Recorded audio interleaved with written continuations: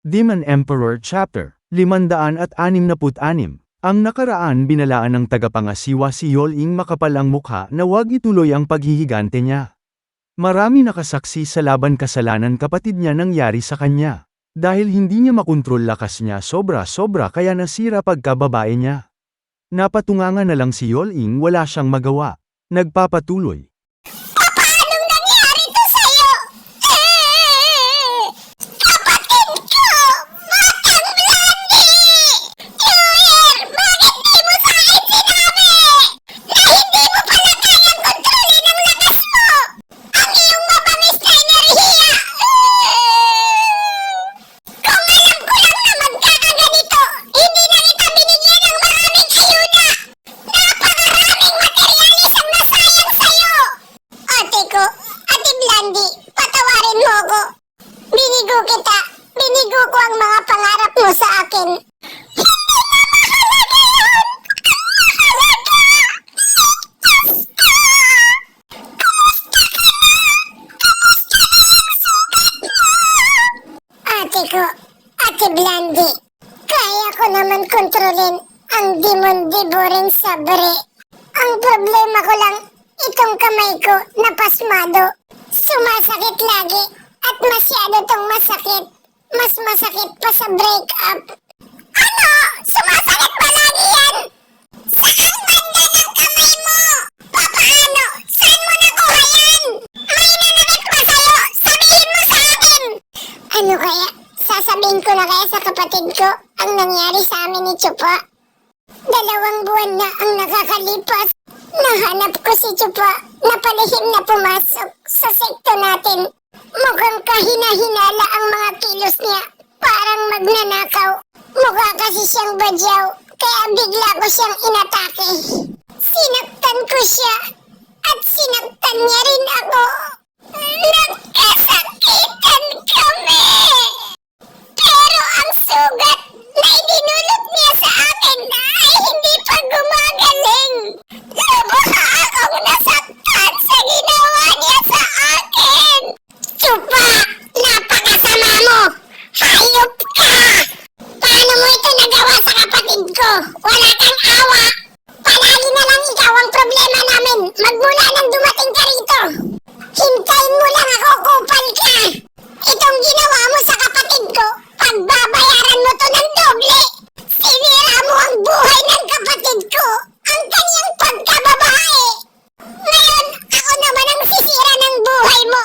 Puputulin ko yung itlog mo para maputol na yung pagkalalaki mo. Yun pala, kaya pala niya tayo binabalaan nung una. Di ba sinabihan niya tayo bago pa magsimula ang paligsahan?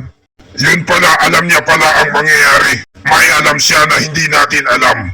At pinabayaan na natin yun, hindi na natin siya pinakinggan. Pero malay mo rin, siya pala ang may pakana ng lahat ng ito. Gusto niya lang siguro maghiganti sa ating dalawa ng palihim. Hindi niya kasi tayo kaya ng harapan na mano-mano. Teka lang, parang may kutob akong hindi maganda. Dahil ginawa niya ito sa kapatid mong si Yoer para makaganti. Ang ibig sabihin nun, ang anak ko, delikado. Tangina, wag lang may mangyaring masama kay Gang Er. At sa di kalayuan may papalapit sa kanila na 2 lalaki na may buhat-buhat na isang lalaki. Ang dala pala nila ay ang nag-iisang anak ni maitim na kalbo na si Gang Er. Lupaypay at sugatan, hindi na makilala. Gang Er! Anak ko! Sinong gumawa sa'yo nito? Magbabayad sila! Nakakapagtaka, paano kaya ito nangyari? Parang hindi ka panipaniwala eh.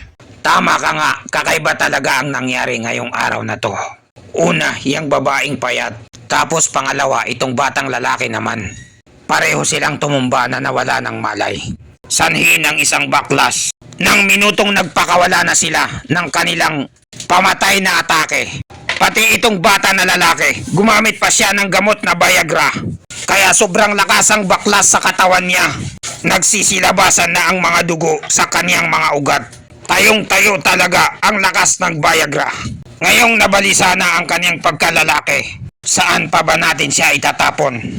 Kung hindi dito sa opisina ng mga trabahador. At problema na nila yon. Gang-er, anak ko. Ngayon naintindihan ko na, kasalanan pala nila ang nangyari sa kanila.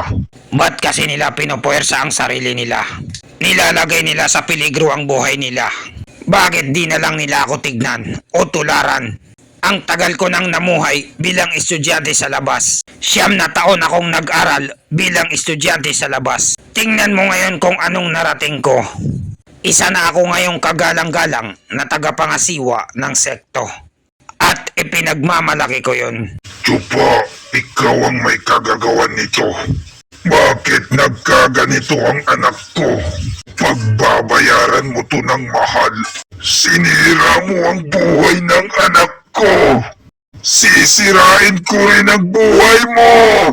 Ang putangin ng batang yun. Siya rin ang dahilan kung bakit nagkaganyan si Gang-er. Sigurado ako na siya ang nanakit sa anak mo. Kaya pala, ngayon natatandaan ko na. 3 araw na ang nakalipas. Inilagay niya ang kanyang kamay sa braso ng anak ko. Naramdaman niya ng anak ko, nasaktan siya ng sobra. Pero hindi ko yun pinansin. Pinalagpas ko lang. Dahil wala naman siyang sigurong masamang balak sa anak ko. Pero ngayon sigurado na ako na may ginawa siyang masama sa anak ko nung araw na yon. Ang sangganong hayop na yun, siya ang mortal nating kaaway. Kinasusuklaman ko siya. Kuy lang, may itim na kalbo. Tara na! Wasakin na natin ang ulo ng hayop na yun. At gawin nating pataba sa halaman ang katawan niya. Sige, tara na. Kanina ko pa siya gustong tapusin. Teka lang mga sir! Relax lang kayo! Huwag mainit ang ulo! Alamin muna natin kung anong punot dulo nito. Huwag kayong padalos-dalos sa mga desisyon nyo. Tumahimik ka dyan, tanda. Tumabi ka na lang kung ayaw mong madamay. Walang santo rito sa sekto. Ang meron lang ay magkaaway at magkakampi. Mga tagapangasiwa, sir! Pakiusap, gumawa kayo ng paraan. Tigilan nyo sila. Dahil kung hindi, may masamang mangyayari. Isang kakilakilabot. Ang dalawang yun, hindi nila dapat galawin si Chupa. Ano naman ang magagawa namin sa dalawang yun?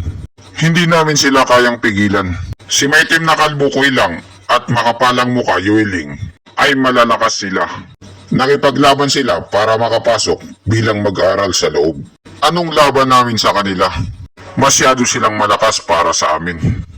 Kahit sabihin pa natin na mas mataas ang rangko namin sa kanila sa sekto, hindi nila kami pakikinggan dahil galit na galit sila. Kami ang magdudusa pag kami ang pinagbuntungan ng galit nila. At saka problema to ng opisina ng trabahador, hindi na namin problema yon. Ang importante ay nagawa na namin ang trabaho namin. Aalis na kami, maiwan na namin kayo matandang ewan. Tanginan niyo mga walang kwenta! Lahat kayo ay mga basura. Hindi kayo maasahan bilang tagapamahala. Wala man lang kayong pakialam sa mga mag-aaral na magpapatayan na sila. Hindi man lang niyo pinigilan yung dalawa. Kawawa talaga ang Demon Siming Sekto. Nalalapit na ang katapusan nito dahil sa mga taong katulad niyo na walang pakialam sa trabaho basta nakaupo lang sa pwesto niya. Parang kapareho lang to ng nakaraan. Mauulit na naman. Hay nako, buhay nga naman.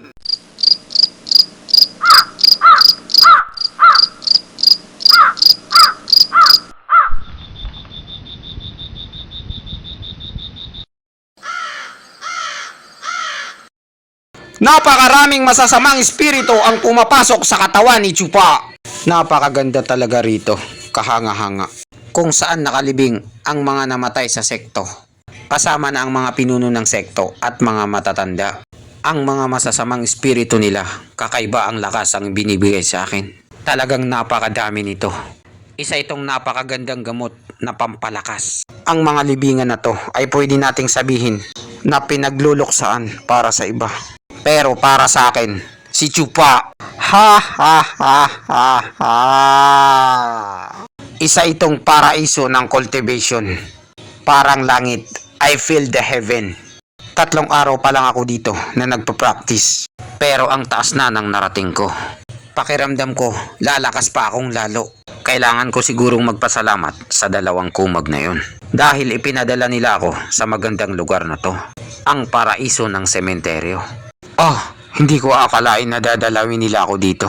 Nakakatouch naman ang pagbisita nila sa akin. Namiss nila siguro ako. Chupa, magdasal ka na. Dahil ubos na ang mga oras mo sa mundong ito. Chupa, papatayin kita! Ipaghihiganti ko ang ginawa mong kahayupan sa kapatid ko. Oh, bakit kayo nandito? Anong sadya niyo?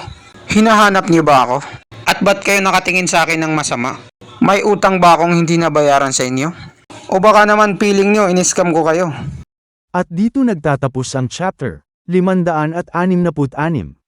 Maraming salamat po sa panunood nyo. Mag-subscribe para laging updated sa buhay ni Chupa.